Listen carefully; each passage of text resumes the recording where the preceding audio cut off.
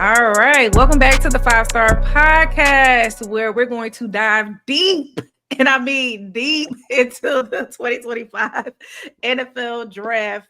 So much took place. We had some sleepers that was able to make it to the first round. That was shocking. We had some trades that took place. Amazing. That was catching all of us off guard in the first round. Let's see. We also was shocked about some of the things that took place as far as related to Shedeur Sanders. And yeah, pretty much the strategy, the storylines of the draft. Yeah, we're going to dive deep into that. But again, my name is Sylvia Darlene. Hey, how you doing? It's your boy Maine. You can call me Maine forever. Maine forever on all socials as well. But like I said, you can just call me Maine. That's cool too. It's just Trevor over here, man. Nothing special. Just Trevor over here. We chilling tonight. We about to go over some draft stuff. Yeah, so now that we got the intro out the way, oh my gosh, y'all. Let's talk about what a frustrating weekend, might I say. It was very, very frustrating and just kind of heartbreaking a little bit from what I was seeing. But let's go ahead and dive into the first question that I really want to know everybody's honest opinion on is what were your biggest takeaways from the 2025 NFL draft overall? You want to go first, Trevor? I mean, my biggest takeaway is going to be biased based on the team that I like. So, I mean, I'm just ecstatic that we finally drafted defense. Oh my God. And a Georgia product. Bro, yes, and a Georgia product especially. I mean, we've been I'm not going to say wasting our draft picks, but we've been drafting so offensively heavy. Mm-hmm. And it almost just doesn't seem like it's been worth it. Like, we haven't been putting the points up for it to seem like, okay, yeah, take this guy at 8. Okay, yeah, take this guy at 8. Okay, yeah, take this guy at 8. Bro, we've had the 8th pick in the draft, it seemed like forever. And and we just can't get out of that spot. Yeah. Right. There's a lot of factors that go into that, though. Like, I got like quarterback carousel there for a minute, and just a lot of cohesion issues. So I mean, I think y'all offensive talent that y'all took actually, they're pretty good. Well, they're developing well. Yeah, we just ain't had a quarterback that's been worth it the last few years. Yeah. Wait a second. So you say you haven't had a quarterback that's just been worth it for a few years. So you don't think the move with Nope. You know what I was about to say. So I'm just not gonna say it. Yeah, Kirk Cousins. You don't think Kirk Kurt, was an experiment, and it should not have costed us over $100 million. That is insane. And they didn't even believe in it themselves because they took a quarterback in the top 10 that same year. So I mean, what message did that send to your $100 million quarterback? We got fined for tampering because of that deal. Like, that's insane. I'm not gonna lie, that's insane. You don't pay a quarterback $100 million in the draft a top 10. In the draft a first round quarterback. Why? You just don't. Maybe in the 6th or 7th round just to say, oh, we got somebody cool. No. Somebody with a high ceiling, low floor. These fools went and grabbed somebody number 8, number 9 in the draft. Like, what are y'all doing? Yeah. Dang, Trevor, like I was about to say, so you didn't like Kirk Cousins this past season? Come on. I mean, look, he started he out. Said he loved the swag surfing. That's cool. He loved Atlanta energy. That was over quick. All that swag surfing stopped. What? They was swag waiting. Swag waiting. Swag waiting. Man, you stupid. Head barely above water all season. Exactly. Oh man. It was waiting. But some of the things that I will say the biggest takeaways was the trade up that in the first round. Jacksonville and the Browns, that was very caught off guard because I remember when we was just watching the draft together and we would just wait a second. Don was just like, oh my God, they did a trade up and it just happened so fast. I was just like, wait a second. And it kind of threw off everything in the first round for me on what my mock drafts was going to be. Mm-hmm. So that was a big takeaway. Of course, the whole Shedeur not being drafted in the first first round confusion, that just took the toll. I know once we got to 20 after the 21 pick, we were all like, okay, Good night. Thank you guys for tuning in. This just yeah, wasn't it. We was kind of tuned out at that point. Yeah, which we will dive a little more deep into because you Yeah. know once that Jackson Dart situation came about, yeah, I was like, okay, we're gonna I think wrap that's this when up. it started to get disrespectful. Even though I have something, I have a little bit of a different take on it too, because I can see from, I can kind of get into the perspective, but let's be honest, the Giants have been disrespectful to a lot of players. So, but my biggest takeaways, I mean, of course, let's just be straight up, like you said, the biggest takeaway from it was the Shedeur situation, of course. And I like how like the media is kind of withdrawing when they're the ones who created this beast. Like, if you honestly, I think that they need to, I know everything's for ratings. They will never admit that's why they drum up all this drama, but they created this beast and then they want to withdraw and say, oh, we should be talking about how important of a night this is for all of the draft. Like, bro, this is y'all fault. Y'all drummed up this Shedeur this whole time. And then when things came out the way it did, now y'all want to say, oh, why are we talking about this? You're talking about it because y'all talked about it. Like, y'all created this entire media storm. But anyway, that obviously was that was obviously the biggest takeaway. But my biggest takeaway was just, have we ever had as talented and as unsung of a hero when it comes to a quarterback prospect go number one and just completely not talked about at all? Like, I don't know if y'all know Cam Ward's story, but I just I knew he came from a smaller school, but I didn't know all this other stuff that I found out like after like he was first of all, as a former option quarterback, I can tell you nobody's looking your way at all because all they're thinking you're going to do is run the ball. When schools are looking for you, they want to see your arm talent. And when you play for an option team, you ain't showing your arm talent. Y'all got about 2 or 3 plays, and 2 or 3 of those pass plays is play action. You gonna fake to a run, then throw, and you got like 2 routes to throw to. So nobody looking your way. So he had 0 offers coming out of high school. Yeah. And then the one that I think the one he ended up taking was I think it was Incarnate Ward or something like that. Some small school. I'm not even sure about like Incarnate Ward or where they are. But anyway, he went to that school. And then he got on people's radar. They saw him tossing the ball around because he did well there. Went to Washington State, did great at Washington State. I think he got hurt at Washington State. And then that's when he got on Miami's radar because he had a great year the following year. And then the guy he just goes off. And then now he's the number 1 pick. So, and then you listen to what his dad said the night of the draft. All he wants to do is play ball. That's all he wants to do is play ball. So, like, somebody like that you want to root for. And the way that the media made this storm about Shedeur and made everything about Shedeur, they wanted to build him up to watch Shedeur fall. It's kind of sad to see that and then also that casting a shadow on all the work that Cam Ward has done and put himself in position to be the number 1 pick in the draft, and just there's no celebration really. I know he's happy and all he want to do is play ball, so he probably was glad that he didn't have a lot of attention, but I just think it's kind of unfair when somebody works that hard and they finally get to the pinnacle of where they are and they're kind of in the shadow of someone who didn't even get drafted, which is it's not Shedeur's fault, but it didn't even get drafted in the first round like they were projected to. So that I just thought that was the biggest takeaway from me, other than the Shedeur situation, because that was obviously the biggest one. Yeah, I want to actually take a stab at that too, because when I got into the history of Cam Ward behind the scenes, as far as like watching what led up to the draft, it was a very emotional draft. As soon as he got that phone call 100%. From the Titans, he cried. But you are correct. He went to 3 schools. He went to Incarnate Word from 2020 Ward, 2020 to 2021, and then Washington State between 2022 to 2023, and now Miami was 2024. So I'm assuming those other 2 schools are very small, soft divisions compared to Miami. I could be wrong. Incarnate Ward, I think, is not even a Division I school. Washington State is decent, but the Pac-12 was already dwindling. They were losing all their teams. I think they only have 2 teams right now. So they went from the Pac-12 to the Pac-2. So they weren't even, you're right. As far as competition, it was a lot smaller. But at the time, they were okay. But they were just about to dissolve before he left. And then he went to Miami. So, I mean, but he was still doing well there. But yeah, you're right. You're 100% right. They're a lot softer in comparison. I'm glad that he kind of played the chess move by going to a higher conference as Miami. And then look where it led him, like you said. Money move. Yes.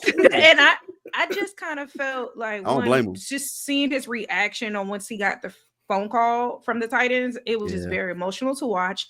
Now, I noticed when he went to his press conference, they asked about Shedeur.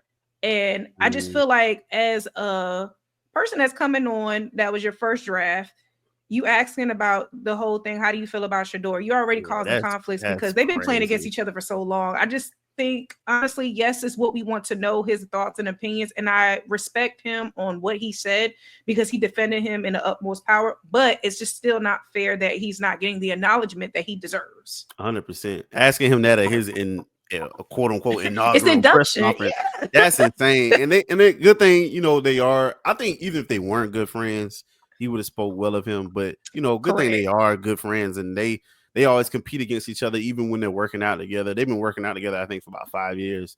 Yeah. So, I mean, they under the same tutelage when it comes to some of the quarterback camps that they went to. But it's just, you know, that is disrespectful. I don't even think of that. That's a good point. That was very disrespectful. What do you think, Trevor? I want to know your opinion about that too. Well, to kind of throw something in there about the Cam Ward situation, I don't know if you know it or not, or y'all know it or not, but the Titans went and grabbed what's the receiver name from Miami? Restrepo? Yeah, they grabbed Restrepo. I think they got him? Restricted free agent.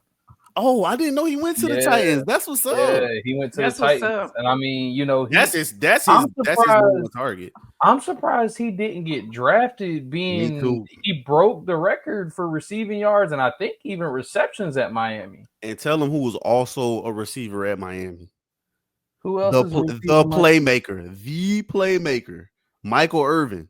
So he broke Michael Irvin's record. Yeah, so that's what I'm saying. Oh, it may have not been his record. There was some great Miami receivers. Yeah, Andre Johnson went there as well. So there's some great receivers there. But I'm just saying, that just goes to show you, no matter who went there, he got more than them. He got the records. Exactly. That's the point. That's the point I was trying to make. I mean, great point. But I don't think they should have asked him about Shedeur at the draft, because him being the first overall pick, it should have been about him. Yeah. You know? Yeah, they should have. If the Titans wasn't going to draft Shedeur, don't ask the question. Just leave that behind with the draft situation. You know? All right. Welcome your new franchise quarterback at that. You know? Exactly. So we're going to move on to the next question. So it says that which team do you think had the best draft class and what made their selection stand out? You want to go first? Not really. I thought you were gonna give your biased answer, man. I mean, it's not a biased answer, because I mean, I do like our draft class. That's fine. But I don't think we was rated like according to the outlets as the best draft. You're so wrong. We also moved down. What? You're so wrong, because you know, I was prepping for this, okay? Mm-hmm. And the best draft class that was thrown as like top 4 that I wrote down was Atlanta. Yeah, Atlanta had a very, very good draft. I thought they did too. But I believe they're scaled between B's, if I'm not mistaken. We were getting a bunch of like B pluses and A minuses, and I seen a few of them had a couple A pluses in there. But I mean, I do like our draft, and I thought it was a good draft. I think one of the moves we made that weren't during the draft, so it can't really be a draft steal, was we went and grabbed the nation's leader in receptions, yards, and touchdowns last year from San Diego State. I can't remember his name, but he's a receiver, and I don't see how somebody that leads the nation in all those stats don't get drafted. All right. Well, man, what about you? Which class did you think had the best draft? So I was interested when you said that you was doing homework, because I should have did mine as well. But I'm looking at PFF, which is highly regarded around the league. Some of the stats are pretty skewed, but I agree with some of the stuff that they talked about, especially when they say the Panthers had an A+ grade. Because I think we did pretty good. I'm not gonna lie. I'm not gonna say we're the best simply because I haven't looked at all the grades. But I think we were one of the best. PFF got us at an A+. I personally think Atlanta did better than us. But when it comes to what I'm accustomed to, this was great. And I guess I want to speak to it because we did in the first round, I was swayed. I did in the beginning, I was not sold on this. I still don't think a top 8 pick for a wide receiver because there's so many wide receivers in this draft. I just thought that we didn't need to draft that at 8. If we were going to draft a wide receiver at 8, we probably should have traded out of the top 10, get some value for that, and then select that receiver. We definitely could have done that. But I also can't blame the conviction of the staff to say, hey, this is our guy. Let's go get him. Let's show him how much we mean to him. My only problem with that as well on the back end is that it's a wide receiver at the end of the day. If you're drafting a wide receiver top 10, they either got to be the best of the best or they're going to flop. You cannot just be like he ended up being a decent receiver, bro. He went top 10. He got to be like good, like very good. We can't have no serviceable top 10 wide receiver. He's got to be good. So that's my only thing about that. All pro. Yeah, exactly. At least I need an all-pro rookie of the year candidate. I need a couple offensive rookie of the weeks. I need a couple of those, bro. Something. Right. And then we come back in the second round. We get Nick Scorton out of Texas A&M. We needed to shore up our defensive front, and I think that's one way to do it. We went and got Princely. I can't say his last name. I don't want to mess up. Princely U-Man from Ole Miss. Now this guy is the one that I'm excited about. Yeah, big guy. You can plug the middle. He's got some versatility. He was an old, like any prospect that's coming out of the SEC. I'm happy to grab him because that's the most NFL ready talent that you're going to see. It's not 1-to-1. Some people have you believe that it's not 1-to-1, but they're playing against the best of the best that college football has to offer day in and day out. I mean, if you look at all the draft picks that have been on the front lines on the offensive side, they've come from the SEC, and those are the people that they're playing day in and day out on the D line. So, I mean, that just bodes well for you when you get a prospect that comes out. And I think that's one thing that gets lost in the draft process is that these are prospects, meaning that everything that they've done on the field in college football is what we're projecting to translate best to the NFL. And I think that's the number one thing. People just look at names and stats. We want to see measurables. We want to see longevity. How long have they been on the field? How long have they been off the field? What they do when they're on, the character. Those are the things that are going to transfer over the most. The stats are always going to be skewed, but if you can get something out of those players, especially in the later rounds, that's what I think is most important. And that's why I give us an A+ as well. And I think we're probably one of the stronger drafts this year. Man, so let's talk about. Oh, go ahead, Trevor. There's 2 names I thought you was gonna mention on there for y'all's draft class. Who that? Y'all got Trevor Etienne in the 4th round, and then y'all went and got Jimmy Horn in the 6th. Why you took that away from me? Oh, that what you was about to say?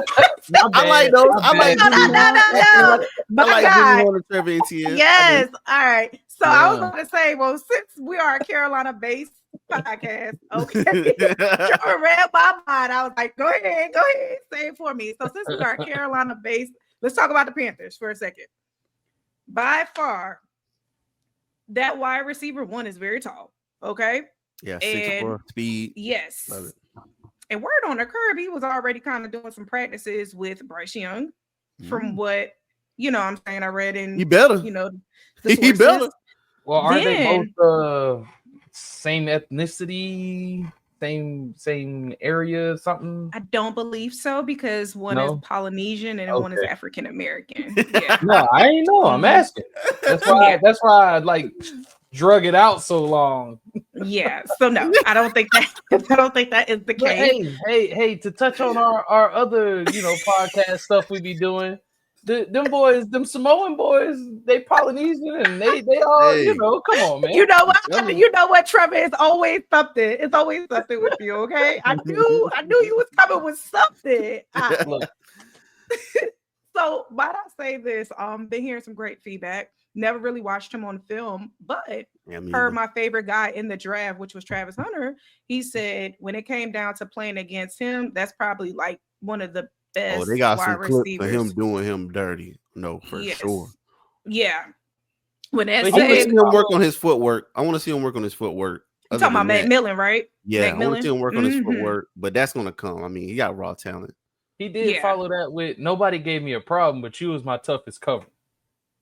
That's what Travis said in the video. I seen the same video. He said you was my toughest cover, bro. Like he was like, for real, if anybody I'm gonna go against, it's you. So I thought that was elite coming from Travis Hunter. And then might I say Jimmy Horn Oh my God. I went crazy. So I was at my father's house and I was just letting the draft play. Soon as they said Jimmy Horn's name, I was like, say what now? And he did amazing at the combine. When he did great. Say that man, so the history a little bit behind Jimmy Horn is that Jimmy Horn started at Miami first, and then he got recruited by Prime, and then went to Colorado. Did really well. He did suffer some injuries, but every time he played, and when you see him on film, it's amazing.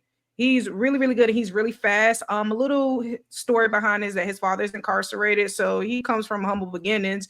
And I think, him being from Florida, him coming to the Carolinas, I feel like he could make an impact. And I say this to say this is basically like, just what I've seen on film, his personality, his speed, I think that was a great choice. Now, do we think he's going to be playing this season? It's questionable because they already got McMillan as their top wide receiver because that's his position. So I see fourth string. I could definitely see him getting into the rotation. Like he's definitely going to be getting like some screens, a lot of hot routes, a lot of slants, a lot of bubbles. It may even have some packages where they put him on some jet sweeps. With that type of speed, you definitely want to get him out in space, get him on the edge, and let him utilize that speed. Similar to a lot of things that Prime had him doing at Buffalo. I mean, not Buffalo, at Colorado. That's similar to say, don't cut that out. Don't cut that out. They are the Buffaloes. No, they are the Buffaloes. Right, for real. Exactly. They see where I was going. But similar to some of the things he did in Colorado. So they're definitely going to utilize that. I believe in what Canales has been doing.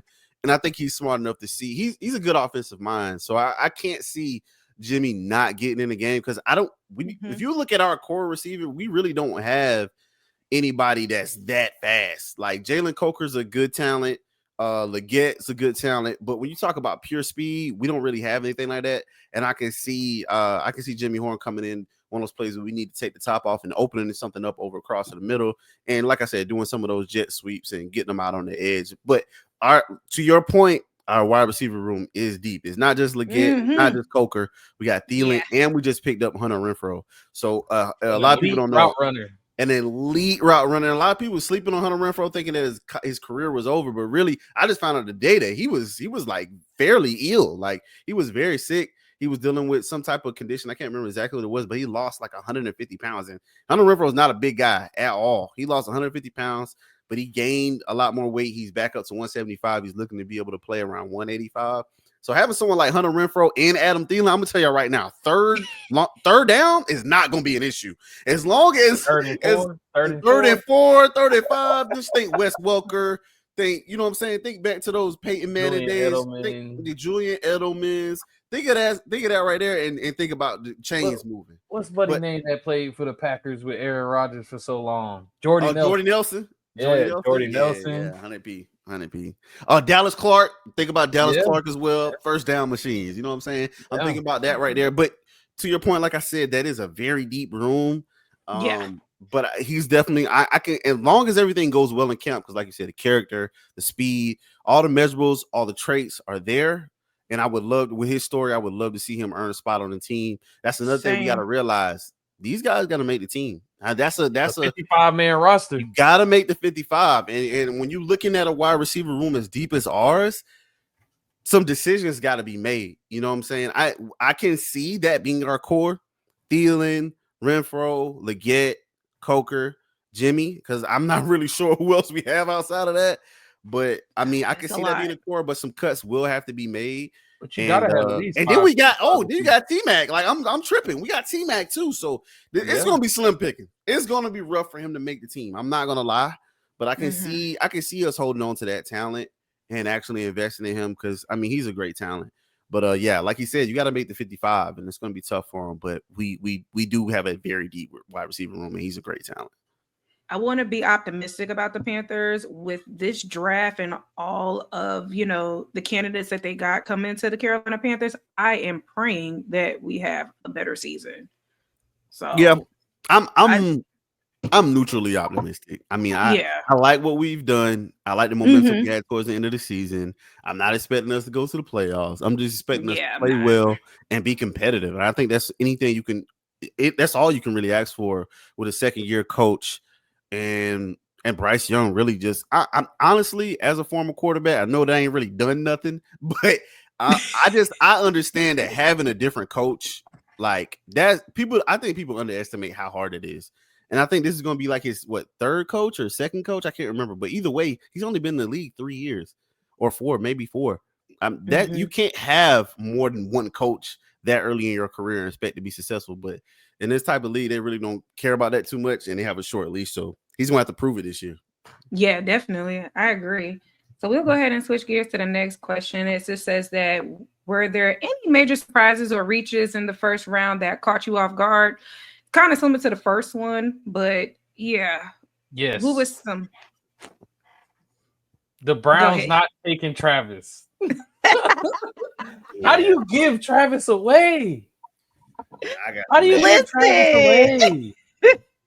It's not even about the trade up. No, it's the trade down. That's how. Personally, I don't think he would have wanted to go there. The best overall talent, man. Look, he ended up going there anyway, but yeah. He would have been. He would have. Oh, you talking about? You said Travis. How they gave away Travis? Oh, you said Travis wouldn't want to go. Okay. Yeah, they gave away the opportunity to draft Travis. They traded it away. Yeah. How you give that away? But did you think overall from that outcome, do you guys feel like that kind of made a little bit of sense a little bit? Because number one, he came out number 2, and then he's going to a team where he is going to be able to play both positions, and to a team that really play both sides in Cleveland too. You think so? Who? Why not? Who does Cleveland have? I mean, they do have Denzel Ward, but that's even a better thing for him to play corner because he don't have to be a starting corner. He don't have to be like He don't have to be that guy that's following their best receiver around the field because they got Denzel Ward. And he can even be a nickel package corner. 100%. Probably would have worked out even better in the Jags. Not on the field.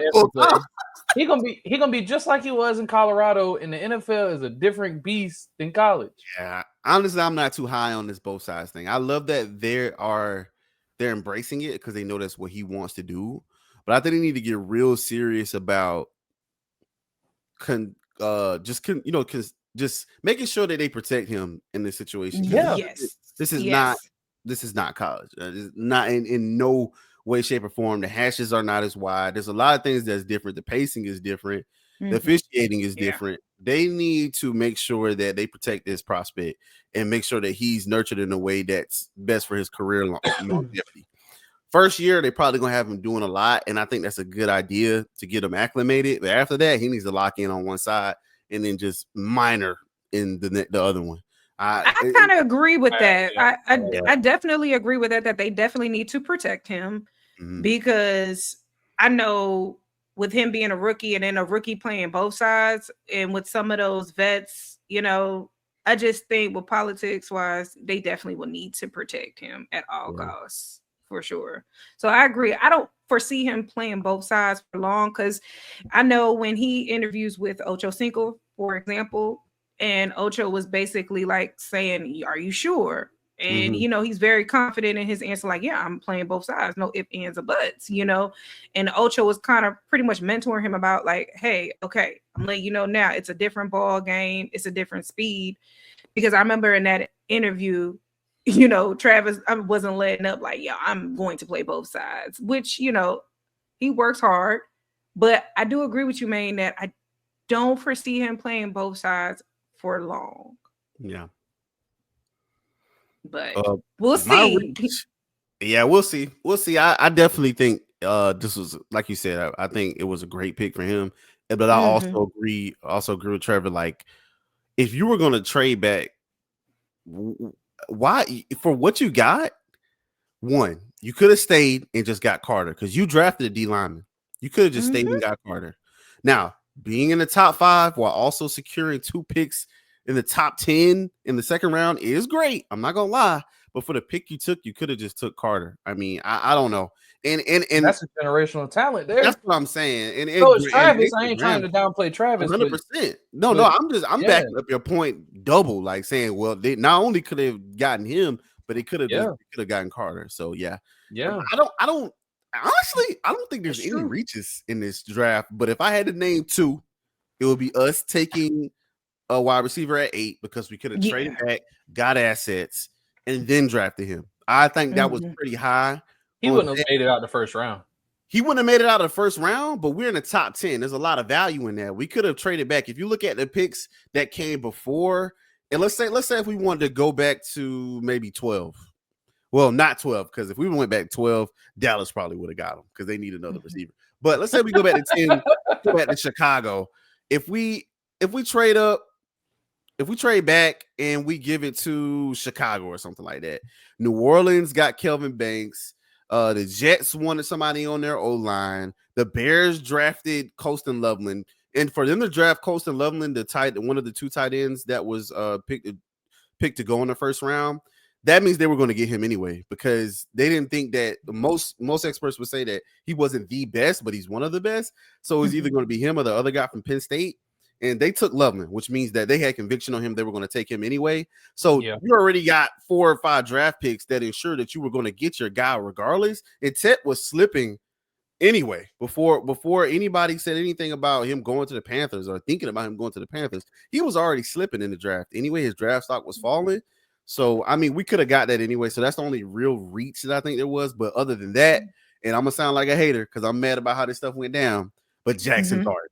That was a reach. That was 100%. Don't know about that. This is why. Yeah, me and Trevor was really like had a bad discourse in our chat, as you clearly see over the weekend. We're gonna tap into that. And it's funny why. Yeah. Oh, go ahead. My bad. No. I was about to say, and this what we're talking about right now leads us to our next question too. Okay, no, cool. I was just saying that, which is great. Yeah. The reason why I say that this is a reach is for one of 2 things. Jackson Dart was not a first round talent whatsoever. I agree on that. Second point, you have Russell Wilson, Jameis Winston. What does that tell you? If we draft, and if we do, he's going to sit. Yeah, but that's good for Jackson. It's very good for Jackson, which is why, and when people trade into the first round, late in the first round for a quarterback, what does that usually mean? He wasn't high on everybody's board, but he's a good talent. We can see him starting. Let's show that we trust him. Trade into the first round and grab him.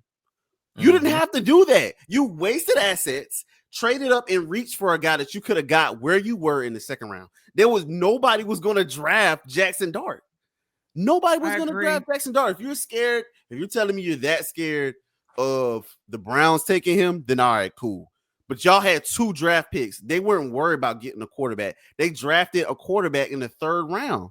So the Browns weren't worried about getting a quarterback. So that's your only excuse for drafting Jackson Dart, not early, but late in the first round when you could have got him in the second. So to me, that's a reach because you gave up assets to get a guy that you would have got where you were in the second round. To me, that's a reach. I mean, you got your guy. That's cool. If you think that's your guy, we'll see. We'll see. But trading up into the first round for a guy who's going to sit behind 3 quarterbacks, I just don't see it. And then you're on a coaching staff that's on their way out if this doesn't work this year. Dayball is done. Dayball is done if it doesn't work this year. And you're banking all of that on Russell Wilson, Jameis Winston, and Jackson Dart. Right. What are you drafting for? You drafted for a future you don't have. So that's all I got to say. That's the owner drafted him, bro. The owner drafted him. Definitely the owner said, "It's my team, bro. Go ahead and get him. When y'all leave, I'm putting him in. You right?" It was personal with the owner. I definitely felt like it was personal with the owner of him drafting Jackson Dart. I just was like, yeah, I saw it. But Trevor, what's your take? I don't necessarily like the Jackson Dart pick, but like at the same time, like I said in the chat, maybe the owner's looking at it like, hey, this is my next Peyton Manning. You know, they went to the same school. God. Not Peyton. I got to discourse you. Okay. I got to discourse you right now, that probably was his thought process because you know this is the same guy who's like, oh, I would hate to see Saquon go to the Eagles. I'd really hate Yeah, like how that turned out. I got to discourse you on that. Daniel Jones. Okay, perfect. Yeah. All right, so we're going to get into the juicy part of what took place in the draft. Y'all ready? Yeah. Yep. All right. So this question basically is going to get into what was the topic of discussion all weekend. Okay. So pretty much I want to know, how did you guys feel about Shedeur Sanders' involvement or lack of interest in the draft? Did you guys see it as a strategy to get more viewers, as previously reported were in the millions? Because the draft typically doesn't really get a lot of views, but this was like their highest view for the last over I think a decade. Yeah, it was kind of crazy. It was a spectacle. If we are to believe all these random reports, apparently he had terrible interviews. Let me just tell y'all right now, that's BS. And the reason why that's BS is because you had people like Baker Mayfield, although way better prospect, if you ask me, way better prospect. Johnny Manziel, way better prospect, if you ask me. Those dudes dominated like one of the toughest conference. So, not trying to make that comparison, but the character, if you talking about character, that should let you know that they did not care about any of that. First of all, they're going to draft who they're going to draft. That was not an issue. And some of the and what I'm really upset about is I don't want to stamp every black person with this responsibility to speak up about stuff. But if you're not gonna speak up, shut up. Because a lot of the excuses that they were giving were killing me. Well, if you look at what the team needs, if you don't got a quarterback, you ain't doing nothing. Yeah, there was no reason for the Steelers to not draft Shedeur. Let me tell y'all right now. If everybody talking about Aaron Rodgers, I don't give a damn. Aaron Rodgers could tell me today I'm signing with the Steelers, and I would not care. That does not move the meter for my team. He is 40 years old. Yes. If he goes out and has a decent season, guess what the Steelers gonna be? 8-8 at best. At best, it doesn't matter. It does not matter. You needed a quarterback, you draft a quarterback. The Browns, you needed a quarterback, you draft a quarterback. Now, this is the part that really sickens me. You have a GM who's going to sit up there and say, our draft grade wasn't as high on him, and we think he was mispriced. We didn't expect him to be there in the 4th round. First of all, let me tell you why that's BS. You drafted Dylan Gabriel. I'm an Oregon Duck fan. You don't draft Dylan Gabriel over Shedeur Sanders. You just don't. No. Who has better tape? And honestly, Dylan Gabriel has some great tape against good competition, but he doesn't project better than Shedeur Sanders did. He has a higher grade. He played better. It doesn't matter. You draft the better quarterback, the better measurables. And they want to talk about his arrogance or whatever. Give me all that. Because I'm going to expect you to do that on the field as well. I'm going to expect you, and everybody in every room that Shedeur has been in has said it. He's polarizing. He's a leader, and he does the right things. So why all of a sudden, when we get to the draft, and it's like, okay, if his stock was falling throughout the draft process, I get it. How does someone draft stock unless they pull I forgot his name, Laramie Tunsil, and put on a weed mask the night before? How does their draft stock plummet during the draft? I can't prove it, but you're gonna have a hard time disproving it when they made moves like they did. That's all I got to say, because the rest of them were fit issues. Okay, they didn't like Shedeur at the Giants. I'm kind of glad they didn't, because they had 2 starting quarterbacks already there. That's fine. Yeah. That's like the only team that has a reason other than the ones who already had quarterbacks. So believe what you want, but if you want to tell me that it was a fit issue and he still went to the Browns, y'all making yourself look stupid. While also, can y'all tell me who has the number 1 selling? They ain't even touch a practice field. Who has the number 1 selling rookie jersey right now? Shedeur Sanders, Travis Hunter, and Cam Ward. Thank you. Yeah. I rest my case. So here's my thing. So I did some more doing my research. So there was I'm gonna say maybe 4 or 5 things that was the reason why he dropped into the 5th round. 1 was his father.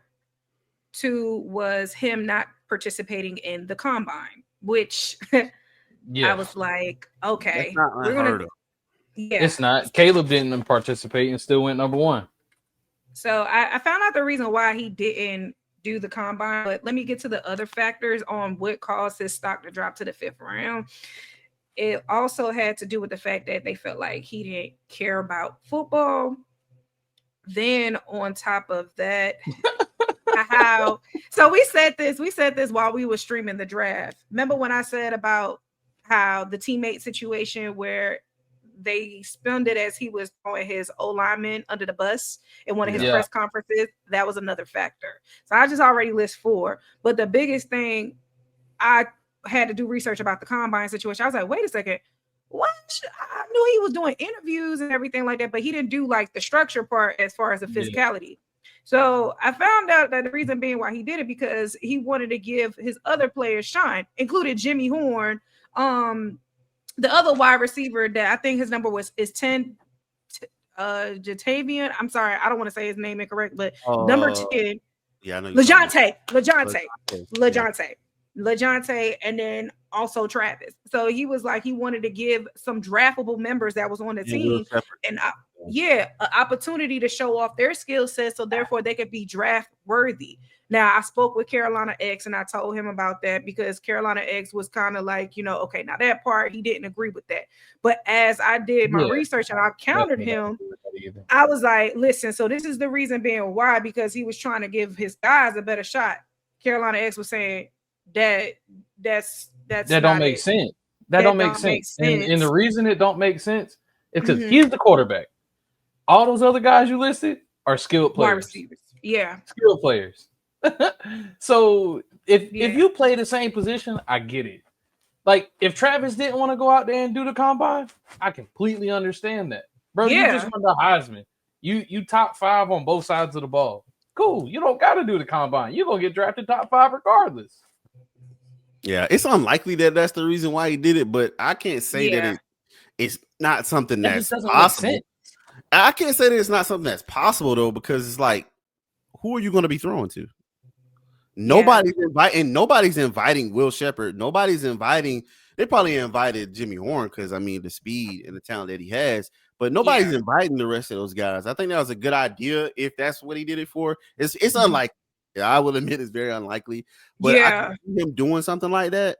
Because I think the number one thing that gets missed on all of this is when you talk about character, the only thing they want to bring up is, his arrogance, which is really just confidence. Yeah. If that was Tom Brady, it'd be moxie.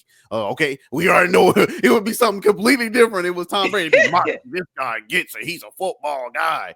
But when it's Shedeur, it's arrogance. It's braggadocious. It's flashy. It's all this. But let me tell you, I want you could poll 10 people and ask them if they had a rich father that told them they had to do nothing for the rest of their life. What would they go out and play football of all things? That right there is a character trait within itself. Yeah, and it ain't just any dad. This dude won a championship in football, won a championship in baseball, as world renowned as one of the best athletes of all time. Was a wasn't he a 3-sport athlete or a 4-sport athlete almost in college? I would believe it. And the guy is phenomenal. He played football, baseball, and ran track, bro. Yeah. And then sponsorships out the wazoo, ad placements, everything. His sons don't have to work for nothing. He decided not only did he want to go play football, he wanted to play the hardest position that there is on the football field. Yeah, quarterback. And he went to an HBCU, excelled. Went to Colorado, excelled. He could have just did anything and said, "Well, my dad and he an NFL plug, he can get me in." Yeah, he could have rode his daddy's wave. He could have did all of that. He could have did nothing. He could have just sat there and did nothing. That in itself is a trait that LeVar did it first. Like, come on, LeVar did it first. Shout out to Big LeVar did it first. Shout out to Big Baller. That's all I wanted to say, man. I just think that a lot of that stuff was overshadowed, but I think that's the number one thing that needs to be looked at as far as his characters. Like, look what this guy's accomplished despite all the things that that's been laid at his feet. Yeah. No, I'll be real. So out of those factors, that was the only one that kind of stuck out to me as far as the combine situation. Because when he did the interviews, they took that little interview clip as far as, you ain't trying to change the culture, then don't pick me. Like, they took that little clip as arrogance. So I watched it multiple times and I was just like, I don't see anything him being arrogant or him being, that is messing him up to not be selected.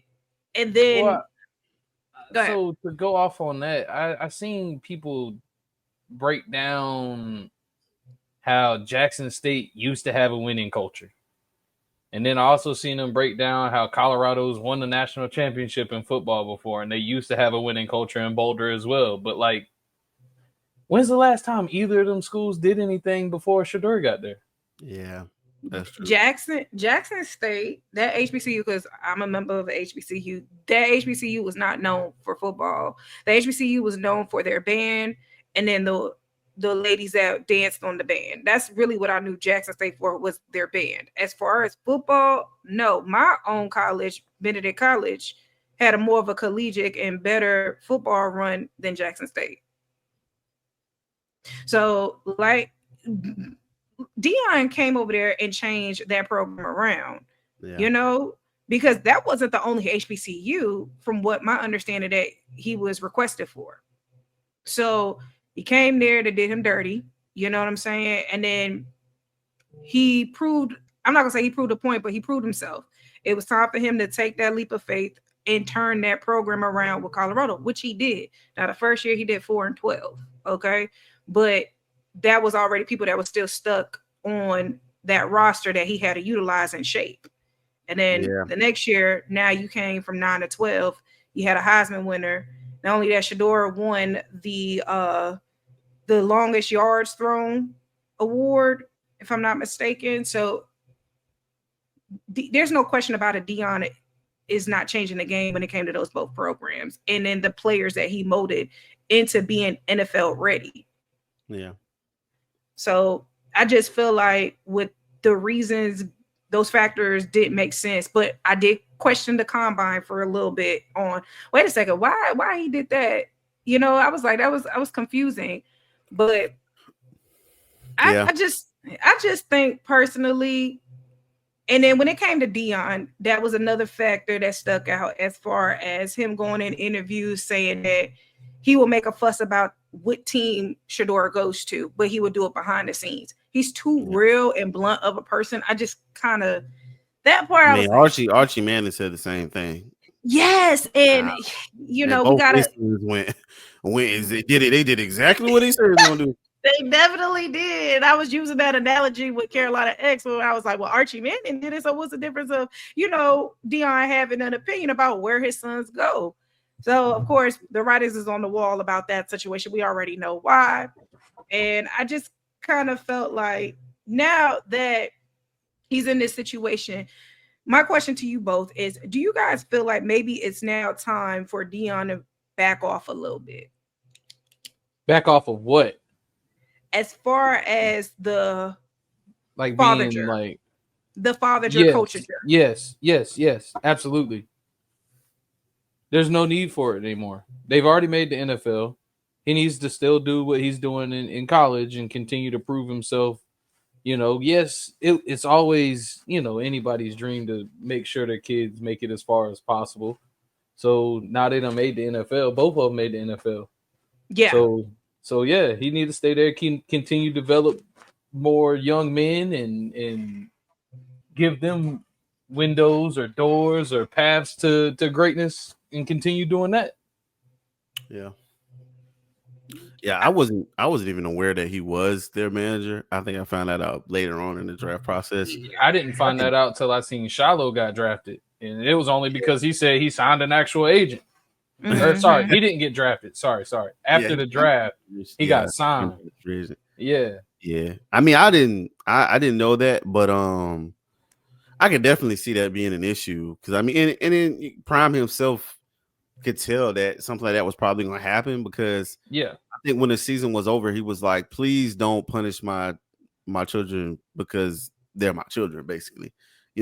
So he kind of already felt like something like that was going to happen, but to then go be their representation is kind of just not a good idea. I never felt like Prime was like overbearing though. I can't speak to what he would need to back off of, but if that is something that he's doing, like you said, they're already in the league. You can chill, bro. You need to focus on Colorado and building Colorado, because now that spectacle of father and his sons, that part's over. Now it's time for you to just be a ball coach and go get it done, which we see you are capable of. So it's time to run it back with that. But yeah, I agree. If that's what he's doing, he definitely need to back off. They're grown men. They're in a place where they're amongst other grown men. They will have to pull their weight and prove it. There's nobody giving them nothing. They don't have a dad on the staff. So they're gonna have to earn it, everything they get from here on out. So yeah, if that's what he's doing, definitely need to back off for sure. Definitely, because as far as I'm gonna say, I'm not gonna say too much of Shiloh, because Shiloh didn't play with him all his years. Because I don't know if y'all know, Shiloh did go to South Carolina for maybe like a season. Like, I think his first 2 years. Yeah, first 2 years he went to South Carolina. Oh, okay. And the reason why he left is because his coach got fired. So then that's when he decided to go to Jackson. Shedeur has been Muschamp. Will Muschamp had to be Muschamp. Yeah, this was around 2019. Yeah, this was around 2019, 18, 20 season. Yeah, because he played last year because he got an extra year because of COVID. Exactly. So Shedeur has been with him throughout the whole step. And I'm not going to say he's overbearing with Shedeur, but when I saw like the documentary when they was at Jackson, he was really like on Shedeur as far as like, don't go on campus, like, keep a low profile. Like, he was very overprotective over him. And I can understand that, I like that kind of protective. Yeah. I can understand that because, he's trying to watch as far as like girls and, just, keep your name out the news. Exactly. Because you clearly know, like when he was at Jackson, his name wasn't in the news like that. If anything, when they were at Jackson, there was so much positivity as far as the history that they were making. But as soon as they went to Colorado and went to Pac-12, that's when all the uproar. But when he went over there, all the uproar as far as like with HBCU called him a sellout. But I don't see that as selling out. I just see that as prospering and, making a change and growing.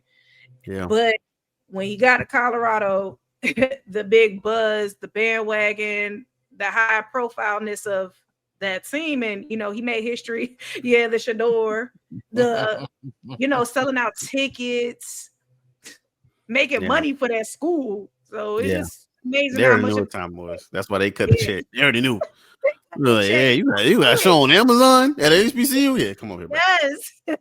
So overall, I gotta salute Dion. But to answer my question with that, it is maybe time. He has to back off now. He definitely has to, because now it's time for them to prove themselves. Especially my biggest thing with Shedeur, because he played with him all his life. Now he has to get in the hands of a different coach in a different atmosphere. So is he really coachable? Is the question. I believe he is, from what I've seen and from what, when he got the call from the Browns, which we're going to touch base on that too in a second. He got the call from the Browns. The GM said to him that, hey, you are a good kid. I enjoyed you. Yeah. And I was just listening to the phone call. I was like, well, dang, why did you guys take him so late like that? And it was just like, we know he's coachable. I believe he is. I feel like it was more to prove to show Shedeur like the league don't need you. The league don't need you. That's corny though, bro. That's corny as hell. Like, it's either I can ball or I can't, bro. I mean, 100%. Yeah, all that stuff, we didn't see so many different, like, so many like, I think even Laramie Tunsil still went like in the first or second round. This dude had on a weed mask. Imagine if Shedeur Sanders had on a weed mask. He would have been. He probably wouldn't have got drafted. Bro, chill. He was in Colorado. Relax. I'm just saying. Like, I feel like they scrutinize people how they want to do it. Let's think about the opposite of this. Shedeur is probably making more than he's going to make now. Yeah. At college. Yeah, absolutely. Way more. Right. And so not only do you have that, but you're coming in with this pedigree that is bigger than, probably than the rest of his teammates have ever been a part of. making more money than some of those people, has more money than some of those people. And not only does he have that, he has the confidence of somebody like that as well. And it's just like, I don't understand why we're punishing that. If anything, I'm nurturing that to see if it's going to work. If you want to take him in the second round, third round, cool. I can understand it. Because like I said before, on draft night, this is one of the weaker drafts when it came to quarterbacks. Yeah. I do not like compare to other drafts. I don't see Shedeur Sanders as a first round talent. I just don't. I think he's more of a second round. Yeah. It definitely could possibly start about after a year because the league changed. You need a little bit more mobility in the pocket, but I think he's very accurate, very tough. Those things translate. But I mean, I just don't see how you can go to the fifth round when you don't have a quarterback and there aren't that many quarterbacks in this draft, and all the ones that he's better than goes before him.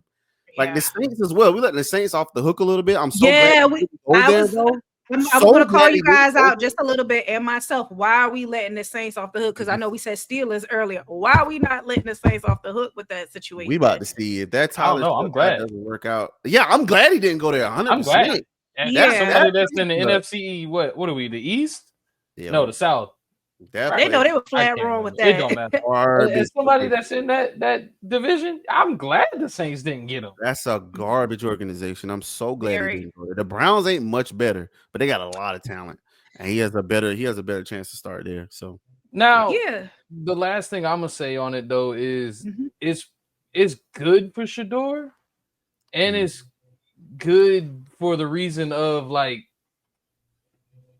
he don't need them as much as they don't need him.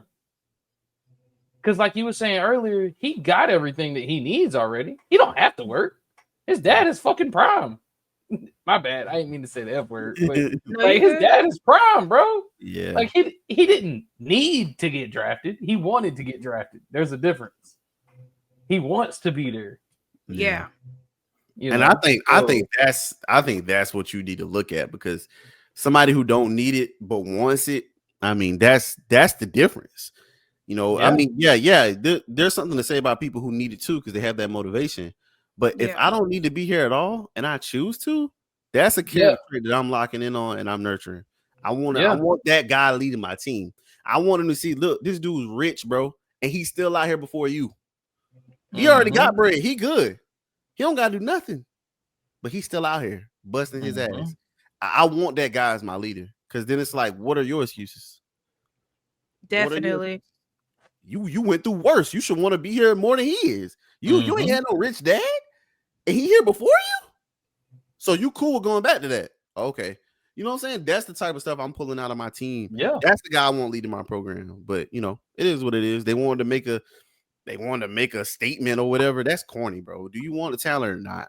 I mean, that's what that was extremely corny. It was, they pretty much was saying he wasn't that guy and he's not him. They wanted to show him that. Yeah, and I just kind of felt like it was very unfair and a lot of jealousy that took place. And you know, the media was just spinning so many narratives between him and Dart as well. I saw, and Dart was kind of feeding into it just a tad bit too. I was a little disappointed in that. I don't know if you guys saw that. If I come across that clip, I will send y'all that. Yeah, it was insane. My thing is, if the guy's a fifth round talent, why is he the most talked about quarterback in the draft? My point is that never seen a garbage player get taught about this much. But to go from like everything but a lot at the first spot to fifth round, like that just doesn't even. When has that ever happened? It doesn't. That's why it's so obviously not just we didn't have him on our board. We think he's a great talent. We think he's great. We just didn't have him. You're lying. You're lying. It's just insane. Gotta be. And one more point on that. I'm sorry. Yeah, no, you good. You good. Love it. I want to defend the other quarterbacks because they getting some unfair comparisons and hate. First of all, Dylan Gabriel, that draft pick was a stable of quarterbacks. Let's be competitive pick. It wasn't, he's so much better than Shedeur. Let's get him. This is like, let's throw him in the mix, see if he can be competitive. That's what that draft was. But why Tyler Shuck going to the Saints. That's just stupidity. Can't defend that. Milroe going to Seattle. Milroe going to the Saints. That's I like that. I'm glad you mentioned this. Seattle. He's going to a great organization, great coaching staff. He's going to learn. I was so glad somebody took a chance on him because I'm telling you, if they can nurture, if they can make superstar, I'm talking about. There a lot of teams are going to regret not taking him if they can pull what he's capable of out of him. Yeah, he has some bad throws, some very questionable throws, but the talent is there. Who hasn't? Speed. Exactly. It's college. They're crazy. I think they're a little bit too high on that, on some of the bad stuff he's done, because what the potential, that's the whole point of drafting a prospect, is the potential that they have. So I'm looking at that potential. The ceiling is very high. And then who else went before him? Jackson Dart. I ain't even going. I'm not going there. But I get it. I also get it because they had 2 starting quarterbacks, and now you got a project guy. What I don't get is, like you said, what you said might be true. That might have been the GM's pick, because if I'm a coaching staff and I know I gotta have it this year, I'm not drafting a project quarterback whatsoever. Yeah, if you look at it, A-ball had Josh Allen, and that's not Josh Allen. You can forget it. That's not even a little bit. But that's it on that for me. Sorry. So actually, though, that your take actually put us into our final question. Okay, cool. So the final question was pretty much, now that Shedeur has been drafted to the Browns, let's talk about the quarterbacks. They have 5 quarterbacks. Yeah, they got Joe Flacco, Kenny Pickett, Deshaun Watson, Dylan Gabriel, and Shedeur. Two people getting cut. I'm on the chart. I'm on Google and I'm on the Cleveland Browns chart on ESPN right now as we speak. Starter Deshaun, second Joe Flacco, third Kenny Pickett, fourth Dylan Gabriel. I can tell you now, Kenny Pickett will not be on that 55-man roster. Shedeur is nowhere on here. That's the thing. Like he's not on here. Yeah, they haven't even been in rookie mini camp, OTAs, none of that. So that depth chart is just artificial. Yeah, for sure. Right. And because if you go to ESPN and look him up, Shedeur is on the Browns. So yeah, he probably ain't even signed yet. So I mean, they still working on his contract. So I won't read too much into the depth chart in particular. But we talking about, how it's gonna play out and where's he? Yeah, how's this gonna play out? That's I want to know you guys' thoughts on how this is gonna play out. Shedor's gonna be competing for the starting spot in minicamp. 100%. He is competing for that is really what's gonna happen. Yeah. So he's either gonna be the starter or he's gonna be second string. I just don't see why even give Deshaun Watson another chance. Well, he's out. So that injury, and also the personal things that he got going on outside of the NFL. I don't even see why give him another shot at starting. Wait, well, that contract, that money, they like it's guaranteed, that $50 million that he signed. So I think he says ACL. Is it ACL and Achilles, if I'm not mistaken? So he's out for the season. Yes, he's out for the season. He did that last year. He shouldn't be out for the full season. Boy, by the time he come back, you think anybody finna throw him in? Absolutely. That's what I'm saying. That's questionable anyway. So yeah, he's effectively out if he's gonna miss any time. Is he gonna be OTA? Is he gonna be a mini camp? If not, he's out.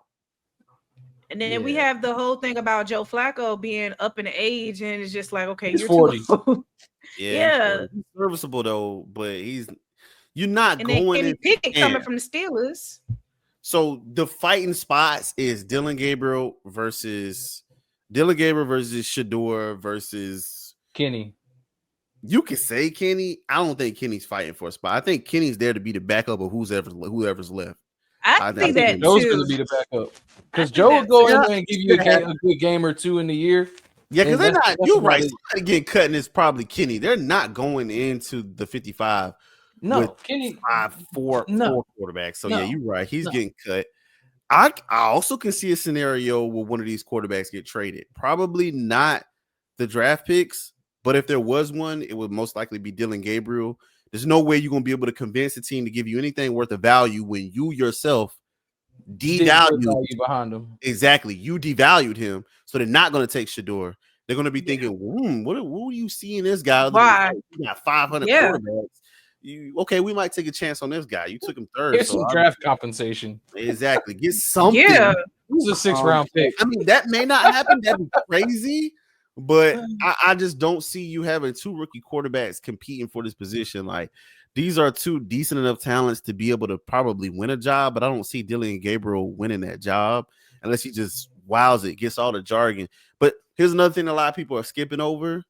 That entire staff at Colorado was former NFL staff. Definitely, yes. Want to get in there and understand the terminology. You had Warren Sapp on defense. Come on, bro. You had was it Brian Ocho? Definitely. Ocho also. A lot of people don't know Ocho was a helping hand too. A lot of people don't know that he was at a majority of those games. He was actually helping out on the film room and also the playbooks. Yeah, but not only players. It was NFL coaches on that staff.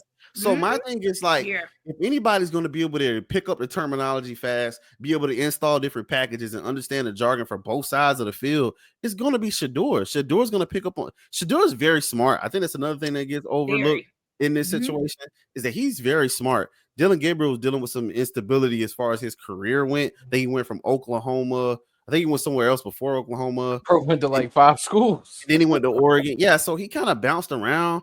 And I think he is a good talent. Don't get me wrong. He got some pretty good tape. And he's played against great competition. But at the end of the day, as far as how it translates to the NFL, I see Shedeur's talent translating more and winning that spot. Whether it be backup, which isn't bad for him because then he can sit behind somebody like Joe Flacco. I think that's good for him. And then possibly come in later in the season. So those are the possibilities how I think it's going to play out. It's either Shedeur's one or Flacco's one. So Dylan went to like 3 schools: UCF, Oklahoma, and then Oregon. That's crazy. He did start at Central Florida. That is right. Yeah, he did bounce around. But when I saw that, I was like, wait a second. So once after Shedeur got drafted, I'll never forget. I was like, wait a second. I went to chat. I was like, yo, not them having 5 quarterbacks. I said, what's going to happen? I said, when I saw him, like, what was the point? What are y'all doing? I was like, somebody getting cut. Yeah, Trevor said, like, yo, I ain't thinking about. You're right. That was a great point. Somebody going. Somebody getting cut. It's very unlikely that either one of them gets traded, but I think so. I think Kenny Pickett will be cut. I think Deshaun Watson, they just got to give Deshaun Watson too much money to cut him. So he's just going to beat her. He ain't going to be doing nothing. He's just going to beat her. Yeah. I think Shedeur going to end up. I think game 1 and 2, Flacco going to start. And then Shedeur going to take over. I think that's how that play out. But if Shedeur pops off, I'm telling you, if he picks up this playbook, goes to work like he said he is, and he wows, which I think he does good in preseason, I think it's over, man. I think it's no way he doesn't be the backup. Yeah, I think he's making an impact already over there. Like he went to one of the Cleveland schools and spoke at the school. Like he's been training so far, and I noticed I was do a jersey, bro. I'm getting that in a Travis jersey. Yeah, I was gonna ask what jerseys we copy this season. I definitely want a Shedeur. I gotta get a Ted. I should make him prove it first. Yeah, never mind. I'm gonna make our wide receiver prove it first. But I'm definitely getting a Shedeur. And I was saying I was gonna get a Horn jersey. I don't like getting jerseys, like. Because, I mean, they don't stay there long enough. I know. You see this? I got this Christian McCaffrey jersey. They don't stay there long enough. What I try and go get every year is the Salute the Service hoodies. Okay. I like the Salute the Service hoodie. Yeah, they be clean. And they have the team logo on there. So you ain't really that's clean. And it's like a neutral color, too. Yeah. So that's what I go after every year. I don't really care about the jerseys of the new incoming player or whatever. I'll just get a team memorabilia more than a player memorabilia. I'm taking a stance buying the Shedeur jersey. So I mean, that's cool. That's what my girlfriends were saying that the way that they did Shedeur, it was like, yo, I'm about to buy his jersey. But there was another thing that Go ahead. I feel like you're about to say what I'm about to say. See, it was another thing I saw on TikTok where they was like, don't get it from the NFL, get it from his actual website. I didn't see it on TikTok, but I saw that like 20 minutes before we hopped on here. Yeah, I did. Shedeur selling it on his own website. Wait, his actual jersey? He can do that? Yeah. It's his name. and his name and Oh yeah, likeness. they do work out a right deal. What happened? Yeah. Marvin Harrison Jr. It was Junior, right? Last year, the receiver. Mm-hmm. He tried to do something like that, but he didn't sign the contract for them to actually sell his jersey. Yeah, they couldn't put him in Madden or nothing. Yeah. I remember that. Like, bro, oh man. Yo, that is crazy. But hold on. Man. Time's changing. Throw out some drama that also took place during the draft and all that stuff too with our top 10 draft. Abdul Carter. So it's been Lawrence Taylor. Yeah. Yes, he wanted 56. He wanted 56, and Lawrence Taylor said no. Retired, he denied that.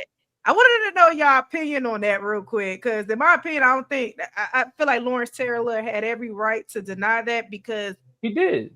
100p. That man's a beast. He did. This ain't just anybody. You know how sometimes some teams they love a guy so much they retired. This ain't one of those guys. Nah, this is like one of the best. Isn't he the only defensive player to win MVP? Yes, he is, and just far as like his legendary status, as far as the defense end, come on. So then take it right into the Cam Ward one, where the organization unretired a number. That was fire. Bro, listen, there's so many reasons why that was dope. Number one, Warren Moon being a black quarterback in Texas, the people he inspired, and then saying, look what this young kid is going through. He's coming to the Titans as well. We kind of doing like a reimagining of our heritage with the Houston Oilers. Why not? Unretire his jersey for someone who also wore number 1, another black quarterback. It's like it just that was awesome. It was perfect. It was like, I'm like, dang, I didn't even think about it. I forgot Warren Moon's jersey was retired. And then another thing I like about that is like all of them had great relationships, whether it was Warren Moon with Steve McNair with Vince Young. And I don't know how Vince Young is gonna, or Vince Young has some hard relation issues with the organization. I don't blame him whatsoever.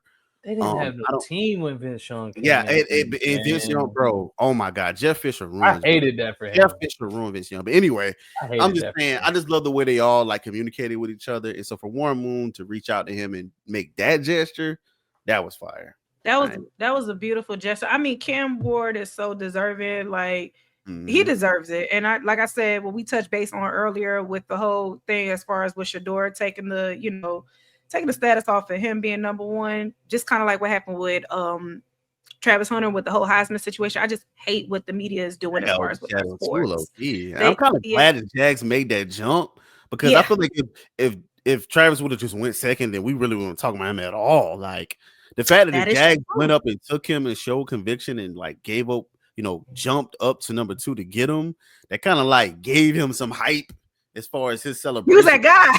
It just would have been another like overshadowed topic if they didn't do that. So I'm kind of glad the Jazz did what they did. But so look at it this way.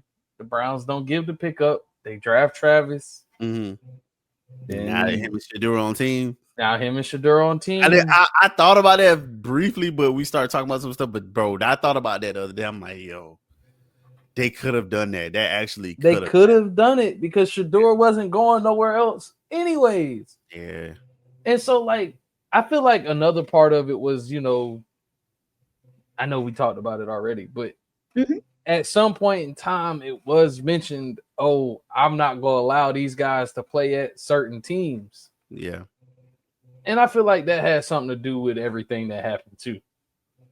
Yeah, I mean, it's a cop-out for them. That's why I just feel like you don't say that stuff. Like, regardless of who said it before or it ain't fair because they did it, we know how this works, bro. You know how this works on the side of our people. Don't give them no excuses, man. You can't give them any excuses. Yeah, they can just take that and say, well, we don't know how we feel about somebody saying that. They need to earn their keep, and technically they ain't wrong. I wouldn't want to hear that. Honestly, I ain't gonna lie. I didn't want to hear Deion say that.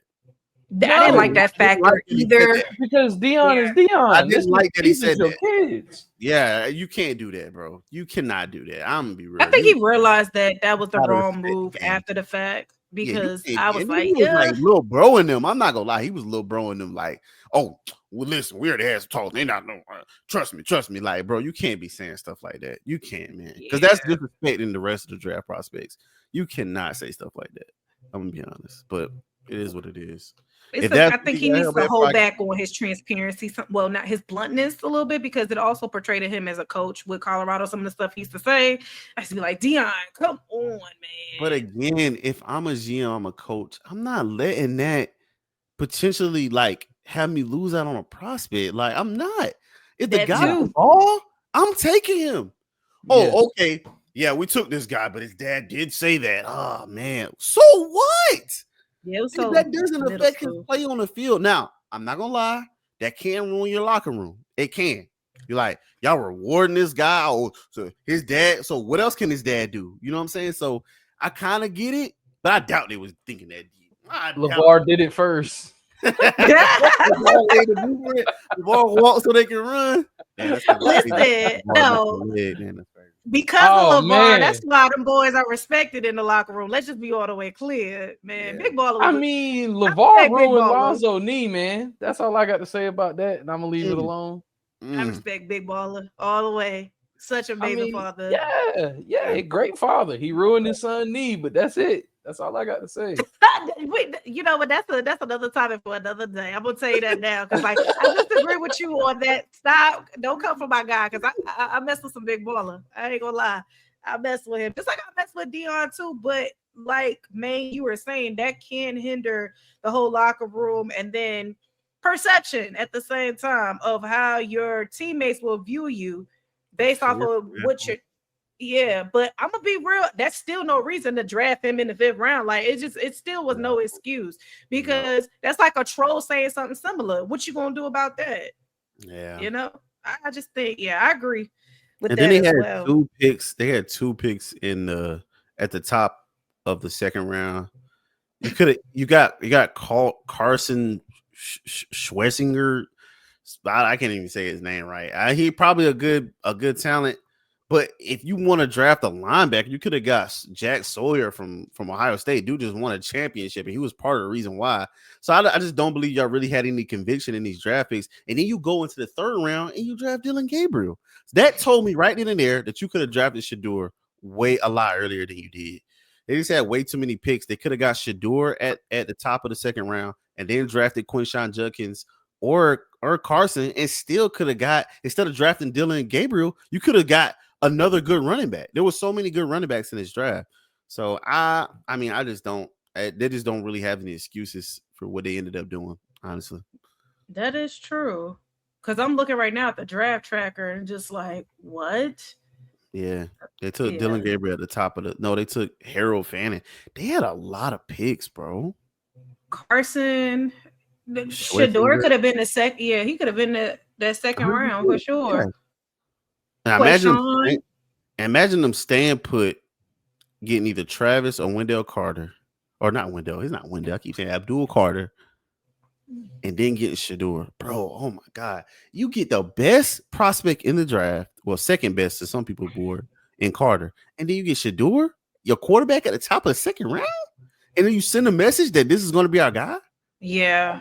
God, like, Harold I think Flannery. them wanting to play politics is just ruining the momentum that they could have had. Definitely. It ruined the whole momentum. And what sucked is, this weekend I was watching how like Shedeur had like a draft party for the 1st round. And I just was like, people came out, celebrated celebrities and all that stuff. And like, there too. And she's beside you and you don't go? Okay. Clock that. My man should next to him. I was like, okay. Stayed the whole weekend, but I was like, is that official, or is that listen? I heard she was paid to be there. They just they wanted a lot of women there. That's what I heard. Yeah, let's get into the entertainment side of that, because let me tell you, when I saw her thing, I was like, okay, so I was doing a little bit of stalking. I was going on every outlet. I couldn't find that. I couldn't find that either. But I did see somebody say, and this is a comment I saw, on post, that she actually is dating one of his camp, somebody in his camp. But it didn't look like that. It didn't look like that because the way that, what I'm saying, she was bent over there with him. I was just like, okay. Because, word on the curb, he was dating this Instagram chick, at one point. And I don't know how that happened, but he's gonna be having a lot of cleat chasers chasing after him. Hey, you gotta prove it first before you start having them cleat chasing allegations, bro. You gotta get that number one spot first before you worry about who chasing them cleats. I don't think they're gonna look at that factor because they already know he coupled with the bag. That's true. But I'm just saying he need to lock in first. We can't be having all these off the field. Who's he dating, bro? Who's number one? Who's QB1? How about that, bro? Yeah. That who needs to be courting. Who plays on Sunday? Right. But like I said, probably let's do our conclusion as far as the outcome. What would you guys scale at 5 stars the outcome of this whole overall draft? What's your guys' take? It was definitely one of the more interesting ones. I didn't expect much out of it. I expected it to be one of those, you got your board, it's probably going to be your board type of drafts. Mm-hmm. Yeah, it switched it up a little bit, but for the most part, even if it wasn't the exact player one-to-one that people thought it was going to be, it was the position. A lot of teams went after their needs. I love to see that. I hate reaches, even though I feel like Jackson Dart is a reach because of how they went to get him, not because of when they got to get him, how they went to get him. I feel like everybody, even them, they still got what they wanted. So, but to add on to the Giants, I believe did they or did they not go get Cam Skip though? Oh, they got Scatterbo? Oh, yes. That's what I said. I said overall they still had a good draft. I mean, they got Abdul and you get Jackson. They got Abdul Carter.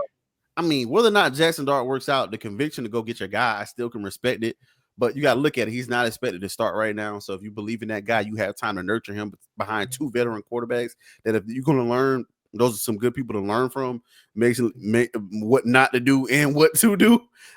One being on the end where he was a Super Bowl quarterback and then fell down. And then James Winston, who never really been there, but always found a way to stay on the team. I think always been for some reason one of the stat leaders in the league. And a great teammate. Everybody loves Jameson Winston. He is the best teammate. Yeah, so he's the best teammate in the NFL. It's a good place for any young quarterback to learn, especially someone who's not expected to go out there and play, because the expectation is that Russell Wilson is going to be the starter. So I think overall, I'm mad at how they went to go get Jackson Dart because they just didn't have to. It was a waste. It was a good draft by them overall, though. They didn't have to do that, but it was a good draft. And everybody else, I feel like even with the Browns, they definitely played around with themselves. They still did pretty good in the draft. I'm not gonna lie. The value that they were able to recoup, the way that they were able to get the picks, the amount of picks they had within each round, I think they did pretty good. And like I said, the rest of the draft did as well. We probably had one of the stronger drafts that we had in years. Proud of that. We went and filled some holes, and I feel like we got some serviceable players over there in Carolina. 8 is still way too high for me. We could have got some assets before we picked up a wide receiver, but yeah, I think overall the draft is pretty strong. Trevor? Yeah, I mean, I ain't really got much to say other than what he just really said. Everybody went and got what they needed. Yeah, 100%. It wasn't just I'm gonna pick the best guy on the board just because he's the best guy on the board type of draft. It was my team needs this. I'm gonna go get this. Atlanta ain't had no sacks in the last 3 or 4 years. What we do? Get 2 edge rushers in the first round. Exactly. So I mean, everybody trying to get better this time. It seemed like for some 100%. Reason, it seemed like people in the war room had sense in their brains this year. Not just doing the sexy picks or the super safe pick. Yeah. Everybody going for what they need. That's what it. I feel like we're gonna have a good season. Like the NFL gonna be a real good season this year. Yeah, 100%. It's funny that you said that because I was going to touch base on the Carolina Panthers. I was about to say, I feel like my takeaway from this draft is just overall happy for Travis Hunter. That was my biggest thing. I was such a huge fan of him when it came to the CB. And, disappointed about the situation with Shedeur. I actually felt bad considering the fact I am a boy mom. And if my son ever decides to play, any type of sport and he's on that type of level, I would hate to endure that. But as far as with the Carolina Panthers, I think this season may be a fun season for them because last season it was but I think this one will be one to where as though a lot of people will buy tickets for sure just to see McMillan, just to see some of the other prospects that was drafted as well to the Panthers. I can actually see this being not going to the playoffs, but a decent season to where as though the games will be fun to watch. Let's just say that. Agreed. Not seeing, Bryce get sacked and, Agreed. Yeah. Hopefully we get some more dog out of Bryce this season. Yeah, I think he picked up some steam towards the end, so we'll see. Yeah, hopefully. But yeah. That was a lot we touched base off with the draft. Yeah, and another good one. Yeah, another good one for sure. Any remarks before we, leave the stream tonight? None. No, we did everything we were supposed to do. Yeah. we talked about a bunch. We talked about a bunch for real. But I appreciate you. Well, if they would have drafted Shedeur maybe in the third round, we would have to get to this situation. Okay.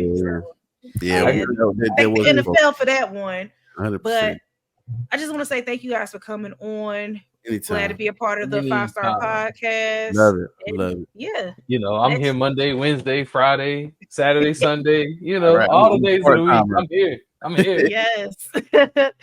Game is up next. That's going to be featuring I can't wait for that. Maine and Dom, Trevor, and Carolina X. I'll probably be commentating on that. But yeah, overall, thank you guys for joining in. You got to run that college football. I ain't gonna cut you off. I'm sorry. Yeah. When college football set stone this season coming up. Oh, we on it. Yeah, for sure. We gotta touch college football. For sure. All right. Well, I'm Sylvia Darlene. All right, I'm Maine Forever. You can find me at Maine Forever on all socials. I'm Trevor. I'm just Trevor. I'm just Trevor tonight. I ain't Trevor Lloyd tonight. Normally I'm Trevor Lloyd. You can find me at Sylvia_Darlene on all platforms. Also, make sure you guys are following the 5-Star Podcast on Instagram and also hit that subscribe button and leave a comment for us. And thank you guys for tuning in as well. Yes. 500 subscribers. Peace.